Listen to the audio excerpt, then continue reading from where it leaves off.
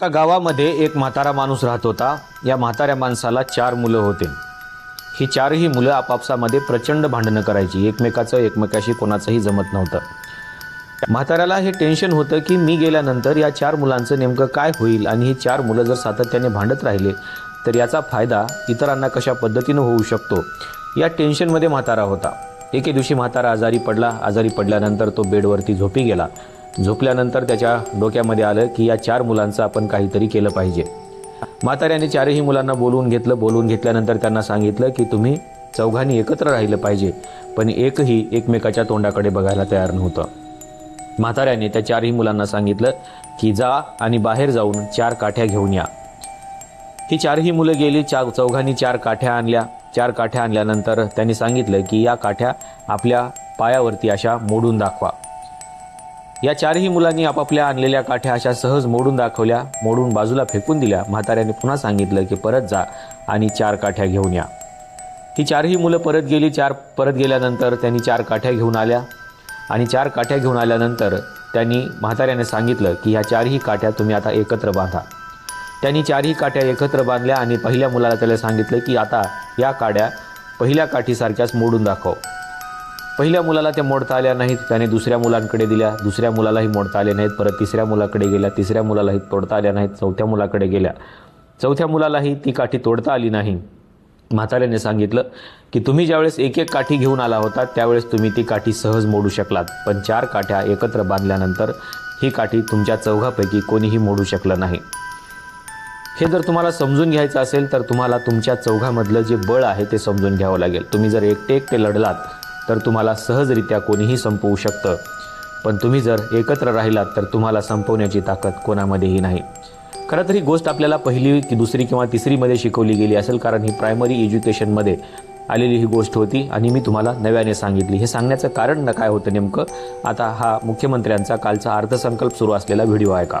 माननीय सर्वोच्च न्यायालयाच्या आदेशानुसार राज्यातील अनुसूचित जातींच्या आरक्षणाचे उपवर्गीकरण करण्याकरिता प्रारूप आराखडा करण्याच्या दृष्टीने समिती गठीत करण्यात आली आहे। समितीचा अहवाल लवकरच अपेक्षित असून शिफारसीनुसार समुचित लाभ देण्याची पुढील आवश्यक कारवाई करण्यात येईल। या व्हिडिओमध्ये माननीय मुख्यमंत्र्यांनी असं सांगितलेलं आहे की अनुसूचित जातीच्या आरक्षणाचं उपवर्गीकरण करण्यात येणार आहे। यातली एक जात बाजूला केली गेली आहे आणि बाकीच्या 58 जातींसाठी देखील आता उपवर्गीकरण केलं जाणार आहे। अर्थातच त्यांना 3 कॅटेगरीमध्ये डिवाइड केलं जाणार आहे।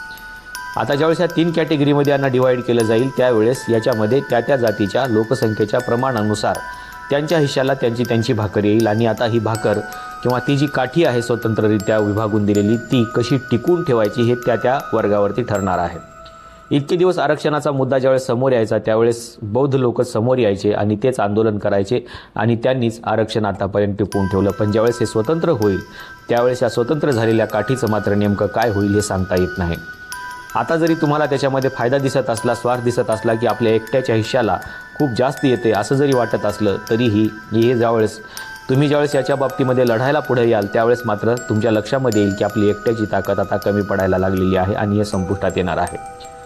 गावामध्ये कुठल्याही कुटुंबामध्ये जर 4 मुलं एकत्र राहत असतील तर त्यांना जर मारायचं असेल किंवा त्यांचं जर नुकसान करायचं असेल तर त्यांना विभागलं जातं आणि विभागून नंतर एकेकाला संपवलं जातं।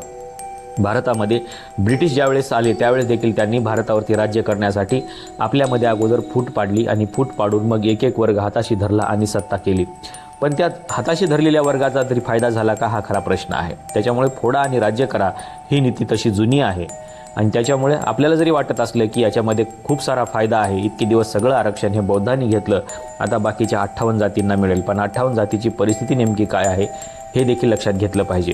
बार्टीनं जो अहवाल दिला त्या अहवालामध्ये लोकसंख्येच्या बाबतीमध्ये नेमकं काय म्हटलं यावरती मी एक व्हिडिओ बनवला होता, तो देखील बघणं गरजेचं आहे आणि त्याच्यावरती देखील विचार करणं गरजेचं आहे की जर आपली शक्ती विभागली गेली तर नेमकं काय होऊ शकतं। याचं आणखीन एक उदाहरण मी तुम्हाला संविधान सभेमधलं दिलं होतं। 11 मे 1949ला नेमकं संविधान सभेमध्ये काय झालं आणि हे जे काही अल्पसंख्याक वर्ग होते या वर्गांना ते कान भरले गेले आणि त्यांना त्यांचं आरक्षण कशा पद्धतीने संपवलं गेलं। आज तोच अल्पसंख्याक समुदाय आरक्षणासाठी भांडतो आहे, पण आता हे मिळणं कठीण आहे। ज्यावेळेस तुमच्या हातातून एकदा निघून जाईल ना, एक वेळेस मोडली काठी की विषय संपत नाही, ती काठी पुन्हा तुम्हाला जोडता येत नाही, हे लक्षात घ्या। तुम्हाला एखादी नवीन काठी आणून दिली जाईल, पण त्या नवीन काठीचा फायदा काय याचा देखील विचार केला पाहिजे. कारण ज्या काठीने तुम्हाला आतापर्यंत आधार दिला, ज्या काठीच्या बळावर तुम्ही उभे राहिला होता, ती काठी मजबूत झालेली होती. ती काठी कोणीही मोडू शकत नव्हतं. अशा वेळेस त्या काठीला विभागले गेले आणि आता तिचे तुकडे करण्याचा प्रयत्न सुरू आहे.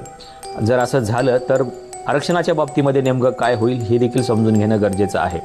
विभागलेला समुदाय, विभागलेला समाज हा कधीही संपुष्टात आणता येऊ शकतो. आतापर्यंत जेवढे काही राजे महाराजे झाले त्यांचं साम्राज्य अशाच पद्धतीनं संपवलं गेलेलं आहे. त्यातला एक वर्ग फोडला गेलेला आहे आणि मग त्या वर्गाला हाताशी धरून इतर वर्ग देखील संपुष्टात आणलेले आहेत आणि हे सगळं साम्राज्य संपुष्टात आलेलं आहे. आपल्या बाबतीमध्ये देखील तेच होण्याची शक्यता नाकारता येत नाही. कारण आपण जर असेच विभागला गेलो तर एक एक काठी मोडणं खूप सोपं होऊन जाईल. ही काठी आपल्याला प्रायमरी एज्युकेशनमध्ये शिकवलेली होती गोष्ट, पण ती आपल्याला आतापर्यंत समजून घेता आली नाही. पण ज्यांनी राज्य केलं त्यांनी मात्र ती समजून घेतलेली आहे. आता आपल्याला जर वाटत असेल की याच्यामध्ये एक प्रचंड असा फायदा आहे, तर येणारा काळ आपल्याला सांगेल की नेमकं याच्यामध्ये फायदा आहे की तोटा आहे. आणि जर आरक्षणाचे प्रश्न निर्माणच झाले तर लढायला कोण समोर येणार आहे हे देखील आपण समजून घेतलं पाहिजे. त्याच्यामुळे एकीच्या बळामध्ये जी ताकद आहे तीच ताकद हे आरक्षण टिकवून ठेवू शकते. अन्यथा याचे जर तुकडे झाले तर मग मात्र तुमचं माझं आरक्षण संपुष्टात आल्याशिवाय राहणार नाही. आपल्याला नेमकं काय वाटतं सांगायला विसरू नका. कदाचित आपले विचार हे वेगळे असू शकतात माझ्या विचारापेक्षा, त्याचं स्वातंत्र्य तुम्हाला आहे.